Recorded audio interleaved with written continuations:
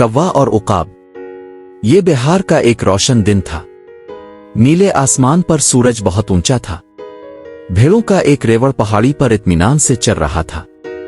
छोटे भीड़ के बच्चे अपने नर्म सफेद कोट और घुंघरियाले दम वाले आपस में खेल रहे थे। चरवाहे ने यह देखकर कि इसका रेवड़ महफूज और खुश है, एक बड़े पुराने दरख्त की फैली हुई शाखों के नीचे सो गया था। अचानक एक उकाब आसमान से झपटा। इसने एक छोटे से भीड़ के बच्चे पर झपटा और इसे तेजी से ले गया कि दूसरे भीड़ के बच्चों में से किसी को भी बुलाने का वक्त नहीं मिला। सोए हुए चरवाहे ने कुछ नहीं सुना। एक कौवा इस दरख्त पर बैठा था जिसके नीचे चरवाहा सो रहा था। इसने देखा था कि किस तरह उकाब ने भीड़ के बच्चे को पकड़कर अपने घोंसले में ले जाया था। रात का खाना खाने का क्या शानदार तरीका है, इसने सोचा।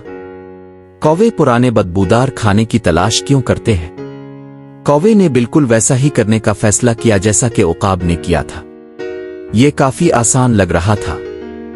इसे बस ये तय करना था कि वो कौन सी भीड़ चाहता है, इस पर झपटना, इसे अपने पंजों में मजबूती से पकड़ना और उसके साथ उड़ना। आसान। अगर उकाब ये कर सकता है तो वो भी कर सकता है।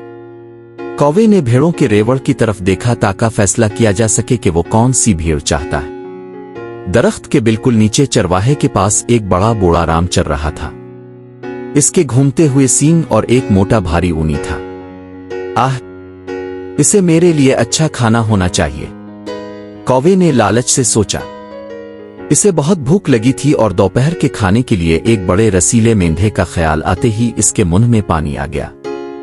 कौवा खामोशी और तेजी से राम की तरफ झपटा जैसे इसने उकाब को करते देखा था और इसे अपने ऊन से मजबूती से पकड़ लिया था और अब इसे लेकर अपने घोंसले की तरफ उड़ना, कौवे ने अपने आप से कहा। इसने पूरी ताकत से परों को फड़फड़ा दिया लेकिन राम को ना उठा सका। राम बड़ा था, वो कौवे के ले जाने के लिए बहुत ज्यादा भारी था। कौवे ने बार बार कोशिश की लेकिन कामयाबी नहीं हुई। राम को कौवा अपनी पीठ पर महसूस हुआ और वो कौवे से नाराज हुआ। बस तुम्हें क्या लगता है कि तुम क्या कर रहे हो, ये परेशान कुन परिंदे? इसने झटके से इसे अपने कंधे पर घूरते हुए कहा। कौवा अब भी जोर से फड़फड़ा रहा था, राम को ले जाने की कोशिश कर रहा था। अब इसे बंद करो, राम ने पुकारा। चले जाओ, मुझे सुकून से छोड़ दो। इसने छलांग लगाई और झककर कौवे को अपनी पीठ से हिलाने की कोशिश की। ओ, कौवे ने सोचा राम की शदीद हरकत से घबरा गया। शायद ये सब के बाद इतना अच्छा ख्याल नहीं था। शायद मुझे अपना रात का खाना कहीं और तलाश करना चाहिए। मुझे राम रहने देना बेहतर था। कौवे ने उड़ने की कोशिश की लेकिन इसे मालूम हुआ कि वो हल नहीं सकता। राम की मोटी ऊन में इसके पंजे फंस गए। कौवे ने अपने पांव इस तरह खींचे। इसने अपने परों को जितनी सख्ती से फड़फड़ा लेकिन इससे कोई फर्क नहीं पड़ता है कि इसने क्या, वो सिर्फ ज्यादा मजबूती से फंस गया था। वो कैसे आजाद होने वाला था? कौवा खौफ और मायूसी के आलम में जोर जोर से चीखा। राम गुस्से से चीखता हुआ दरख्त के गिर्द भागने लगा।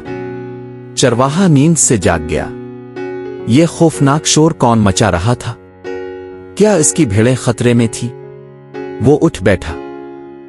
कैसा नजारा इसकी आंखों से मिला। राम दरख्त के गिर्द चक्कर लगा रहा था।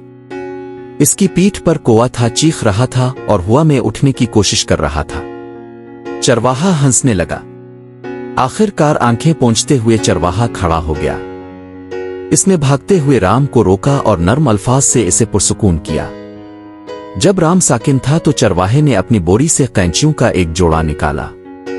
कौवे को एक हाथ से पकड़कर इसने बड़ी तदबीर से उनको इस वक्त तक काटा जब तक कि कौवा आजाद ना हो गया। तुम्हें क्या लगा, तुम क्या कर रहे हो मेरे अच्छे दोस्त? चरवाहे ने कौवे की तरफ देखते हुए पूछा। एक उकाब बनकर खेल रहा था। चरवाहा फिर हंस पड़ा। कौवा बहुत शर्मिंदा था, यहां तक कि कराहत भी। इसकी ख्वाहिश थी कि चरवाहा इसे जाने दे ताकि वो अपने घोंसले में उड़कर अपना अहमक सर छुपा सके। आखिरकार जब चरवाहे ने कौवे को जाने दिया तो कौवे ने अपने परों को फड़फड़ा दिया और जितनी तेजी से हो सकता था उड़ गया। कौवे ने बेवकूफी महसूस करते हुए अपने आप वादा किया कि अब से वो सिर्फ दूसरे कौवे की तरह ही करेगा।